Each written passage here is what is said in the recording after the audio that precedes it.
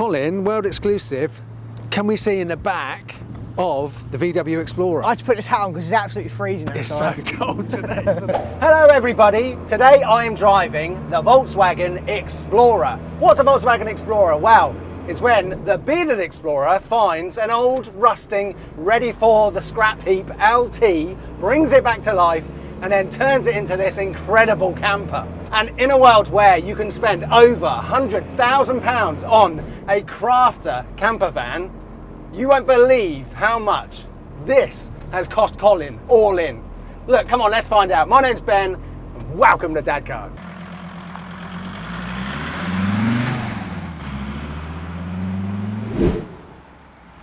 So welcome to the Dad Cars channel, Colin. Thank you. Been a long time coming, isn't it? Yeah, no, thanks. So look, for those of you who don't know, this is Colin, the bearded Explorer. He's got a massive YouTube channel, haven't you, Colin? But yeah, we're childhood friends, aren't we? Yes, yeah, we went to plumbing college together, didn't we? Many years ago. Yeah, but yeah, so look, we are driving today your 2002 Volkswagen LT35. Yeah, that's right. Yeah, so it's a 2.5 litre turbo diesel. 5-cylinder turbo diesel, yeah. Yeah, and power output, we're not too sure exactly what no, it is. I think it's around about 100 horsepower. Yeah. It's not massive horsepower, but it's good. It's good As enough. we're going up a very steep the hill big hill. here, this is the big test. Wow, this. Yeah, that turbo spoo. Yeah, sounds good, doesn't it? I recently reviewed a T4, TD, not a TDI, a T4, which I think these are the same sort of era as the Pretty T4s, much the same aren't they? engine blocks, I think. Oh, Yeah. okay, yeah. I have to confess though that I always thought that these were called crafters. I only realised actually that this is the LTs up until this, and this is a second generation LT. Yeah, the first ones were the really short, square ones. Yeah, yeah. Horrible looking things, really.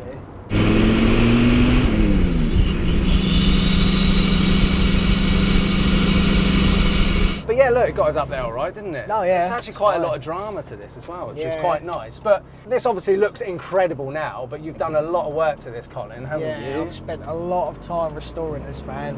So tell us about, what was it like when you first found it? Tell us about the So, story it was of on eBay for about 200 quid. I saw it and I thought, oh, that's quite cheap. Read the description, it said a bit rusty here and there, and I thought, okay, right, this is going to be a gamble. It was a non-runner, so the engine didn't run. And I put a bid in, I think I put like £700 in bid. Yeah. And I won it for £450. £450? £450. Wow, and just a little bit rusty, like you say, that sounds like a bargain. That's what he said, yeah. It was actually very rusty. I've had to replace all the doors, new seals both sides, wheel arches. One of the wheel arches had literally completely disappeared. Had to completely replace it, it was knackered. But yeah, I mean, I've spent a lot of hours welding this thing back up again, replacing all the doors, literally restoring it to what you see now. Yeah, well, you made a fantastic video on your channel, didn't you? And I will link to that in the description below, where you can kind of see the before, during and after of you doing all of the external works. Yes, you had to like take all the seals off, cut them all out and redo them and things like that. It was a mess, it was a mess. As you would say, she was a crispy one. She was a crispy one.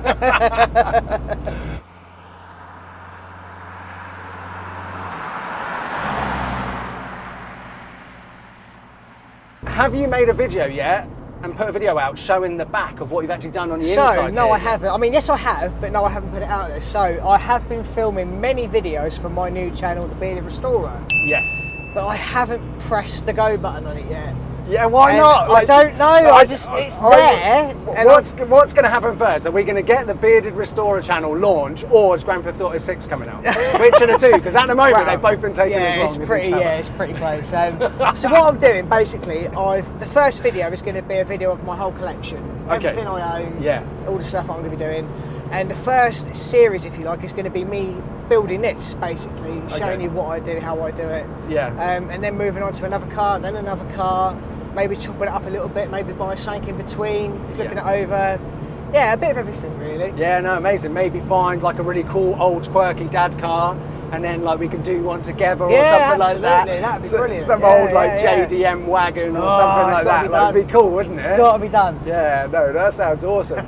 So do you mind then, in this video, can we get a world exclusive? Can we have a peek in the back of what you've already done? Yeah, is that all right? No problem at all. So let's have a look now in the back of the VW Explorer. I had to put this hat on because it's absolutely freezing outside. It's so cold today, isn't it? Wow.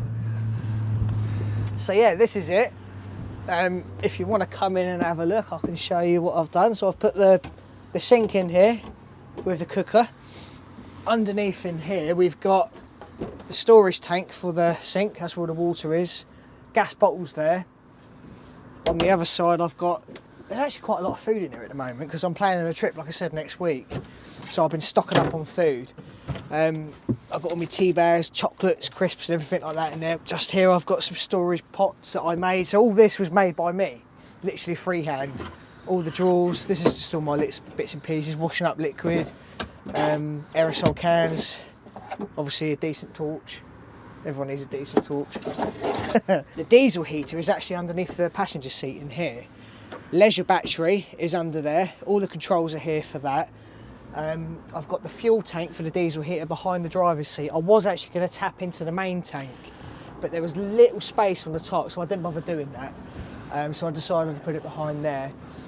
We've got a toilet, obviously because I've got 2 daughters, they need to go to the toilet every now and then. Underneath here, that's all hidden away nicely. Most importantly, we've got the bed area here, TV at the top, all my storage is down there. I've got bean bags for the roof because obviously I've got the roof decking. Got some lounges as well, which is quite nice in the summertime. I've also got a hammock, which what I do, if I reverse the van up against a big tree, I can tie the hammock to the back of the bed, then onto the tree. So it's just a nice little... That's awesome. Nice little chilled area to be. It's great, I love it, absolutely love it. And obviously this time of year it is flipping freezing outside, so that diesel heater is probably one of the best things I've put in here. Summertime, it's just lovely, just pulling up somewhere like we are now with a view, getting the back doors open, just laying on the bed and just looking at that view, and it's just like, oh, it's a dream. But I'll take you around the back quickly and I'll show you what I've done around there. So this is the ladder which you can walk up and get onto the roof decking. Say the summertime, that is absolutely brilliant. In the back here, you see I've got my longboard on the back door there, which I do use occasionally. And this is where the hammock goes on this hook here. Like I say, hammock on there, onto a tree, and then you could literally just lay here. It's just nice just laying on bed, you know, just laying on the bed and looking at the views in front of you. It's lovely, it really is great. I'll get my bikes, everything, my kayaks, paddleboards, everything goes in there. Quite proud of it. No, it's amazing, mate. You should be proud of it. Let's, me and you quickly hop up onto the roof terrace to get a quick shot. We'll get back to the driving and I'll give you my thoughts on what this is actually like to drive.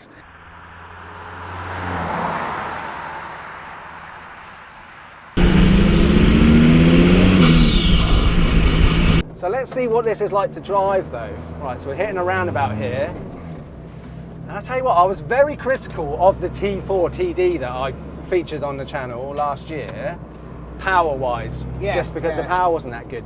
So I don't know if it's because the perception of this is it's so much bigger that I'm kind of being a little bit more lenient on it, but to me this power plant seems to work quite well. It does, it really is. It's really good on fuel as well. Yeah, what sort of range would you get out of a tank in this? Out of a full tank in this, I can get nearly 600 miles, and that's me driving it reasonably. I mean, I don't floor it everywhere. Yeah. I'll always do about 60 on the motorway. Yeah. You know, I do treat it with, you know, I'm very careful. You know, I don't race around in it. But I imagine it would be quite thirsty if you did boon it everywhere. Yes. It's quite a big engine. It's a 2.5 5-cylinder with a turbo on it as well. But no, I seem to be getting pretty good miles per gallon out of it. So, and I drive it all over Europe. I've been up to Scotland, done the North Coast 500. I'm always in Wales, down in Cornwall. I'm literally travelling everywhere in it. Yeah, like all over the place. What percent of the year do you reckon you actually spend like in this van and not I reckon I spend probably around about a month and a half, maybe 2 months in this van. Yeah. Easy. Well, I don't call you the Bearded Explorer for nothing. No, that's right.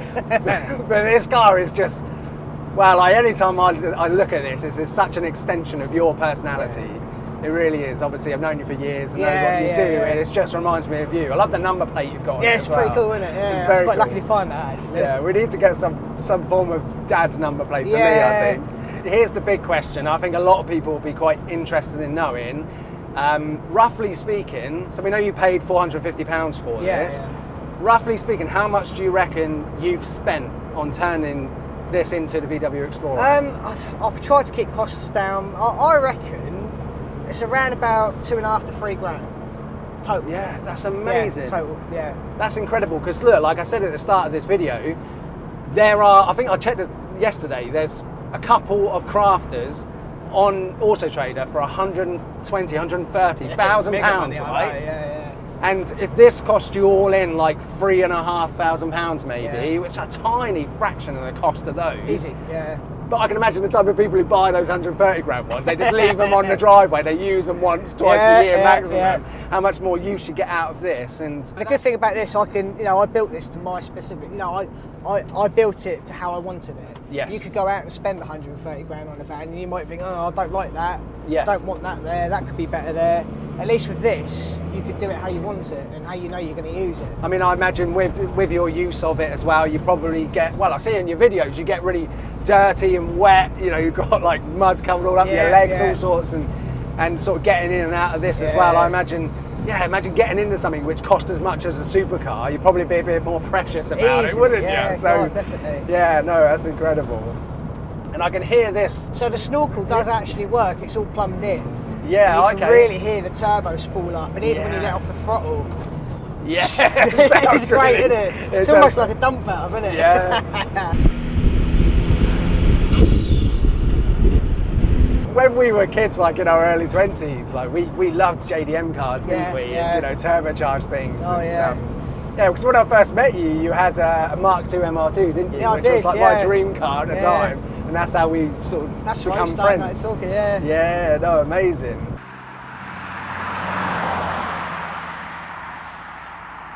And I mean, you touched on it earlier, saying about how much you use this, but the Dad Cars channel is all about getting yourself an exciting vehicle that makes you smile, and using it with your children to make memories.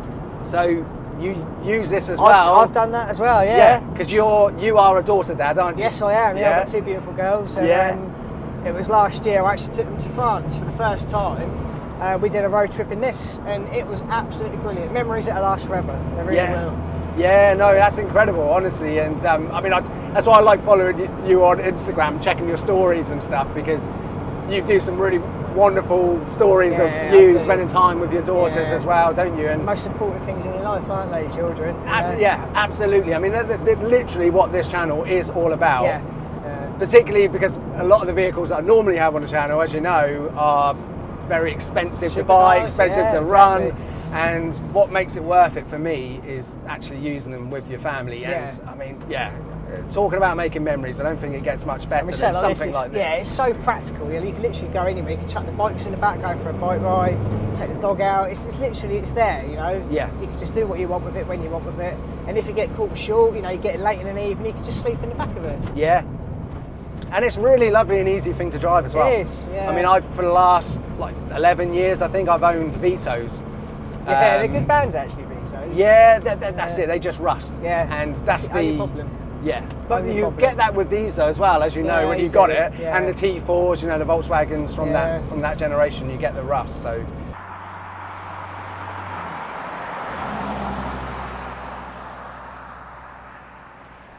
I reckon a lot of people look at crafter size, sprinter size vans like this, and they think, oh look, I like the idea of having all that additional space in the back, but must be a nightmare to live with. The height, the size, parking, that sort of thing. Can be. What's this like to live with? This isn't too bad. Obviously, it won't go in a lot of, I don't know, smaller car parks. Sometimes it can be a little bit awkward to park.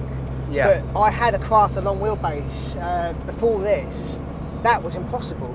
You'd literally go somewhere and you just couldn't park it anywhere.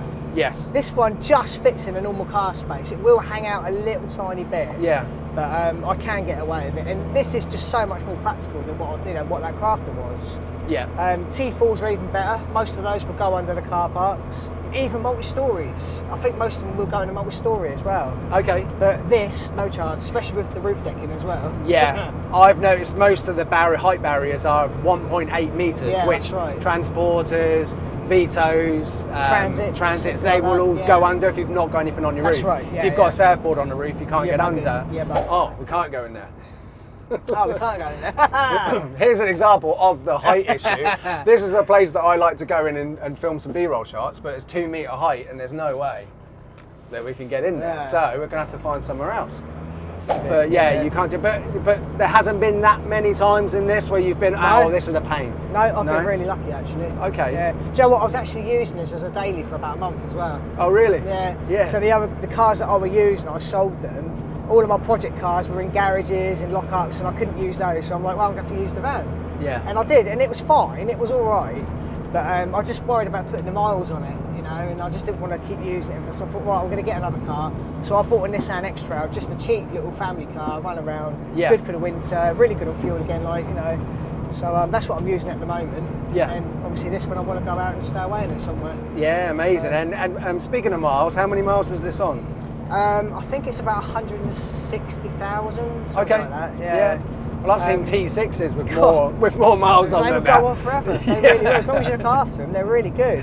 Yeah. And obviously, I've got my friend Al from 60 Diesels who looks after this for me, and anything goes wrong with it. Oh, awesome. We put another gearbox in it because the original gearbox had a leak on the oil seal. Okay. Believe it or not, it was easier just to put another gearbox in than it was to find a replacement oil seal. Oh, really? Yeah, it was a nightmare, absolute nightmare. But general reliability and stuff, has that been pretty good? Yeah, I had one incident where the fuel belt shredded the teeth for some reason. I don't know why. It was, I mean, the belt looked okay when I bought it, so we didn't bother changing it. Yeah. But then that happened. I thought, right, I'm changing the lot, and everything got done. Yeah. So, but yeah, that's the only time that it has really let me down. But I've got breakdown covers, so we were all right. Yeah, no, nice.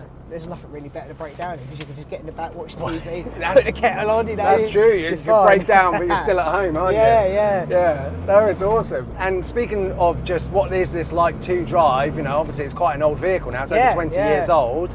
I made the observation when I drove the T4 that the gear stick is like operating a golf club upside down in a bucket. It is, yeah. But it's still very intuitive to use, isn't it? So it feels a bit odd when you first use it, but it selects gears really nice. It's quite precise, isn't it? Oh, definitely. You can feel it pop in every gear, and I'd say that this actually is going into gear a little bit nicer than that T4 that I drove. Yeah. The pedals are quite funny. The pedals are funny, aren't because they? the accelerator kind of feels like high. it's wobbling as well, that's right. doesn't it? Yeah. It's quite bizarre, and it's quite close to like the sidewall in there. Yes. And in the T4s, actually, like the wheel arch like encroaches in, and that's it. And it's actually at an angle, isn't it? Yeah. So yeah, Volkswagen vans from this generation, for some reason, with the pedals, they always seem sort of a bit cramped in, don't they? Do. But having said that, I've never driven this before, and it's you not ever given me driven any problems. an old Diablo, an old Lamborghini? Not a Diablo, So no. my friend, well, Carlo and Pete both got a Diablo, so the pedals in those, when you get in there, they're actually offset. Right. So you almost feel like you've got to twist your legs over to the side to get your feet on the pedals. Yeah. And the footwell is really tiny as well. So they're really close together, so they're not very nice to drive. I've heard you say that before, that they're not particularly nice to drive. Horrible cars, but obviously they're lovely, but yeah. But all in all, I would say, you know, this, considering it's over 20 years old, it's very, very easy to drive. It's actually quite, I feel quite relaxed as I'm just driving this around. I can imagine. It's quite comfy. I mean, the seats do feel quite hard, but I never get backaches or anything from them. Yeah. I've done so many. I mean, I think the most I've done is like 800-900 miles in a day. And that's a lot of driving. Yeah, that is a lot. You jump out and you're fine, you know? Yeah.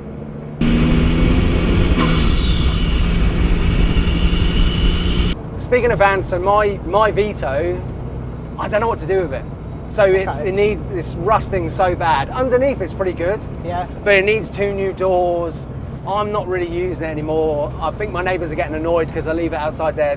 I have to move it around and leave it outside people's houses for like a month at a time. Yeah. I don't know what to do with it because it's so rusty, but it's really low mileage, like 103,000 miles. That is low. Low, right? That is low, yeah. And it just, if I change the doors, I don't know what to do with it basically. If I put it up for sale as is, it's like, so I don't really know what to do. Yeah. The problem is you don't know any welders because you would just do it yourself, wouldn't you? Like you don't know anyone who would do like rust repairs. I might be able to do it for you. But you're so busy, Colin.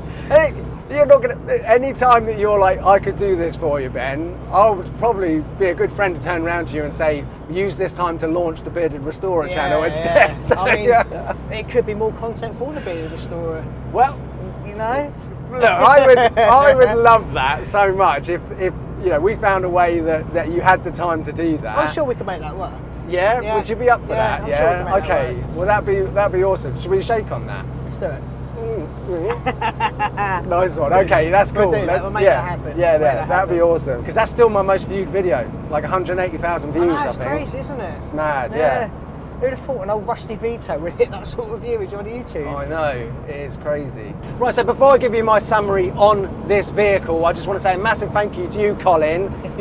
Thank you so much for, well, doing this video, but more so than that, inspiring me to start my own YouTube channel. You know, we went to plumbing college together.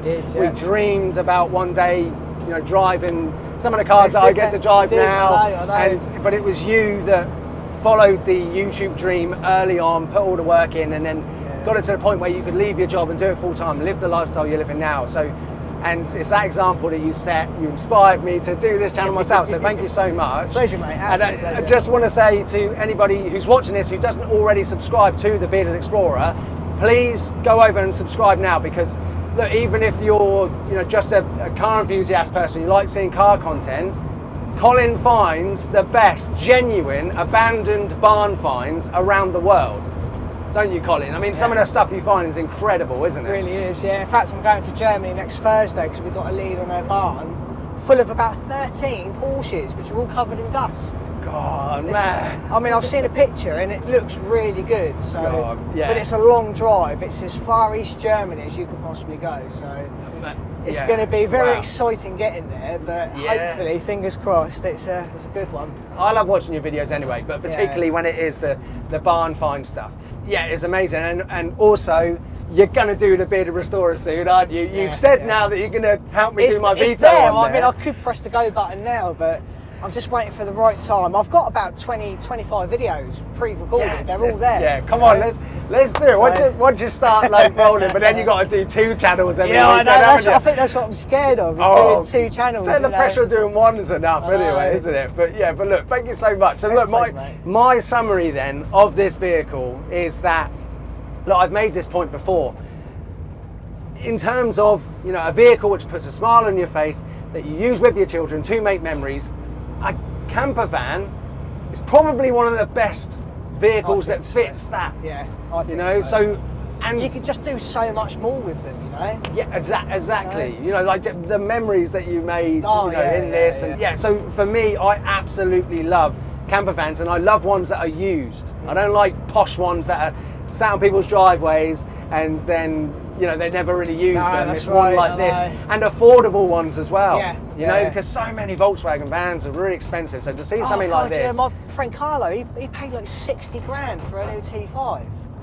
It's like, seriously. Yeah, it's crazy, isn't it? God. So I personally just absolutely love, you know, a camper like this, and this is, I think, one of the coolest campers in the country, because it is the VW Explorer. It is. You know, and some of the cool stuff it does. But look, I want to say thank you all so much for watching. If you don't subscribe to Dad Cars, please do it now. If you're a car enthusiast and a parent and you don't already subscribe to my channel, come on, what are you doing? Come on, what are you doing? Check out Colin's channel as well, the Bearded Explorer, and soon the Bearded Restorer. Yeah, it's coming. Coming this year. It's coming. Oh, last thing I just remembered is that the first video that I was ever in on YouTube wasn't my Dad B9 video. It was actually a video with Colin. It was, wasn't it? And I don't really have a beard in that video as well. So this is the first time that I was ever on YouTube, and you can see me what I look like with barely any beard. Or check out one of the other Dad Car videos, and I'll see you on the next one. Cheers, guys. Bye-bye.